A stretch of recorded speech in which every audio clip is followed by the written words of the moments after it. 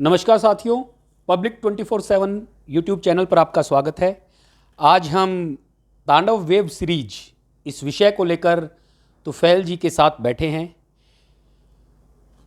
स्वागत है तुफैल जी। तांडव वेब सीरीज जो विषय है, क्या वो हिंदू सनातन सभ्यता पर, पुरातन व्यवस्था पर कटाक्ष करने का एक षड्यंत्र जो पहले से चला आ रहा है, उसका ही एक अगला कदम है?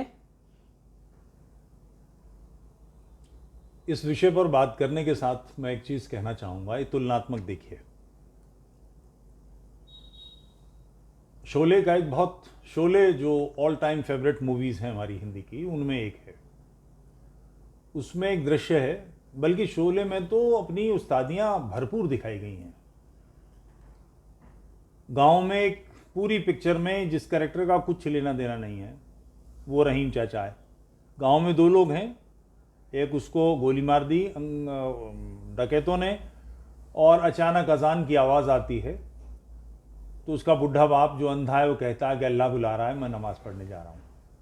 भाई, नमाज पे अजान कौन दे रहा था गांव में? जिस गांव में बत्ती नहीं है, जिसमें पानी खींच खींच के भरा जाता है, उसमें अजान देने वाला कहाँ से आ गया? तीसरा दो थे, एक बाप बेटा। तो तय है, ये अजान जावेद अख्तर ने दिए, जिसने ये डायलॉग लिखे हैं, जिसने पिक्चर लिखी है, स्क्रीन पे लिखा है। वही दूसरा शॉट डालता है कि भगवान शंकर की गांव में जो फटीचर सा गांव है, जहाँ पक्के मकान नहीं है, उसमें ऐसी दिव्य भव्य मूर्ति जिसके पीछे आदमी छिप जाए। वीरू उसके पीछे बैठकर बसंती का उल्लू बना रहा है। ये फिल्म लिखी गई, जावेद अख्तर ने 10 बार क्लेम किया कि I don't believe in God. ये तो कभी नहीं कहा मैं अल्लाह में यकीन नहीं रखता, मैं पैगंबर को नहीं मानता। वो जिस परंपरा के उन्हें कहना चाहिए, वो उमर की 36वीं पीढ़ी के है, जो मोहम्मद के साथ के 4 पहले खलीफा, उनमें से उमर के ख़ानदान के हैं, 36वीं पीढ़ी के हैं। वो क्लेम करते हैं, मैं नहीं कह रहा, वो खुद भी कहते हैं। कभी उन्होंने नहीं कहा वो अल्लाह को नहीं मानते, मोहम्मद को पैगंबर नहीं मानते, उमर को खलीफा नहीं मानते, मगर I don't believe in God कह रहे हैं, जिससे उनका संबंध नहीं, उसकी रेड़ मार रहे हैं। उन्होंने कोई एक जगह कहीं कुछ नहीं लिखा। दीवार फिल्म में वो शख्स जो मंदिर में जाना पसंद नहीं करता, जो भगवान को गाली देता है, वो 786 के बिल्ले लगाए फिरता है। पिक्चर में जो हीरो कर रहा है, वो बेसिकली जो स्क्रीन प्ले लिखने वाले लोग, उनका काम है। ये स्क्रीन प्ले लिखा गया, ऐसा कुछ वो नहीं करते। इस तरह की चीजें क्यों आ रही हैं? तो वो जो कमीनपन था, बेहूदगी थी, बदतमीजी थी, गुस्ताखी थी, वो यहां तक चली आई कि अब भगवान शंकर बना हुआ पात्र कहता व्हाट ए फक। उसका कारण कुछ लोग वामपंथ को देते हैं इसका श्रेय या दोष। मैं इस पर बात करने की जगह जो इसका श्रेय या इसका दोष, वो ये है कि इस्लाम पर बात करते हुए लोगों के मुंह में दही जम जाता है, जबान भी ले ली जाती है।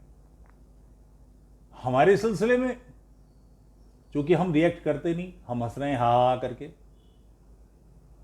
हमारी माँ का, हमारे पिता का कोई पब्लिक में मजाक बनाए तो हम क्या करेंगे? जुतियाएंगे। मगर प्रभु राम का, भगवान शंकर का मजाक बने तो वो हमारे लिए सामान्य बात है। हमारा जो सेंस ऑफ बिलोंगिंग है, जो समूहगत मानसिकता है, वो नष्ट हो रही है। क्या हो चुकी है। मैं कई बार इसका इस्तेमाल करता हूं कि शेर जब शिकार करता है जंगल में, तो जो झुंड भाग रहा है, आप कभी देखिए डिस्कवरी चैनल पे, तो उसमें जो कमजोर जानवर होता है उसका पीछा करता है, और उसकी टेक्निक ये है कि वो उस झुंड से उसे खदेड़ता है। हिरणों का झुंड भी अगर पलट आएगा तो शेर को मार देगा, तो वो उस कमजोर जानवर को अलग करता है और उसके बाद दबोचता है। ये बात लोगों के ध्यान में कम हो गई कि शेर जैसा जानवर, उसको भी जंगली कुत्ते मार लेते हैं। और उसकी टेक्निक क्या है? 30-40 जंगली कुत्ते एक साथ शेर पर झपटते हैं। सामने से 2 कुत्ते भंबोड़ते हैं, वो उन पर झपटता है तो दाएं बाएं पीछे से 15 कुत्ते, 10 कुत्ते उसको काटने लगते हैं। वो दाएं वाले पर झपटता है तो इधर के 3 उस तरफ से उसे घेर लेते हैं। बाएं वाले पर झपटता है तो इधर के 3 लपेट लेते हैं। नतीजा ये निकलता है कि थोड़ी देर में उसके 30, 40, 50, 60, 100 घाव हो जाते हैं और वो जख्मी होकर गिर जाता है। शेर भी जंगली कुत्तों से नहीं भिड़ता। तो ये हमको, जब हम इंडिविजुअल बनते हैं, अकेले होते हैं, उसका नतीजा ये निकलता है कि हम समाज से टूट जाते हैं, और जब समाज से टूट जाते हैं तो फिर अकेले को तो शेर को गिरा लिया जाता है, मेरी आपकी क्या मजाल है। तो ये उस परंपरा का लगातार चला आ रहा हिस्सा है, और इसकी जड़ में, मैं थोड़ा विस्तार से बात कर रहा हूं, इसकी जड़ में वही कुफ्र और ईमान की लड़ाई है। इस्लाम दावा करता है कि उसके पास ईमान है, मोहम्मद पैगंबर है, कुरान उसकी किताब है, अल्लाह एक है, उसमें कोई शरीक नहीं है। ये चैलेंज करने का या इस पर तर्क करने का या बहस करने का मुद्दा है, मगर इस्लाम इस विषय पर बात नहीं करने देता। मोहम्मद का आखिरी खुतबा है, अंतिम जो उसका भाषण है वो ये है कि आज तुम्हारा दीन तुम पर मुकम्मल कर दिया गया, यानी तुम्हारे लिए एक जीवन शैली बना दी गई जो हमेशा के लिए क़यामत तक, यानी सृष्टि का किसी दिन सारी दुनिया मुसलमान हो जाएगी। ऐसा मोहम्मद की कल्पना है, इस्लाम की कल्पना है, और ऐसा होने के बाद क़यामत आएगी, प्रलय आएगी।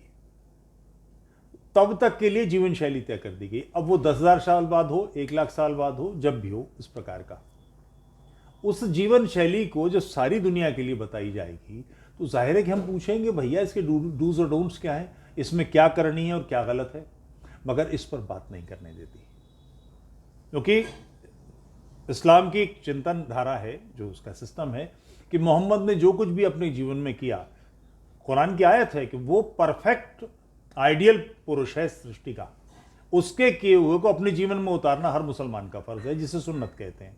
तो मोहम्मद ने जो कुछ किया, बहुत सारे काम ऐसे हैं जो आज का आदमी नहीं कर सकता, उसको स्वीकार भी नहीं कर सकता। जैसे 52 साल की उम्र में मोहम्मद ने 6 साल की बच्ची से शादी की। 3 वर्ष बाद जब वो 9 वर्ष की हुई और मोहम्मद 55 वर्ष का हुआ, तो उनके यौन संबंध स्थापित हुए।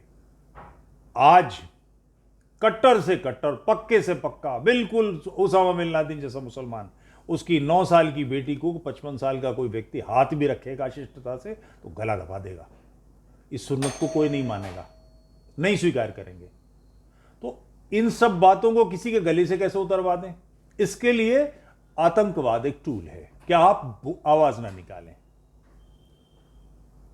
भगवान शंकर का मजाक उड़ाने वाले, हाहा करके हंसने वाले लोगों की जानकारी में है कि शक्कुल कमर, कि मोहम्मद ने अपने अस्तित्व का प्रमाण देने के लिए उंगली का इशारा किया, हदीसों में है, और चांद 2 टुकड़े हो गया।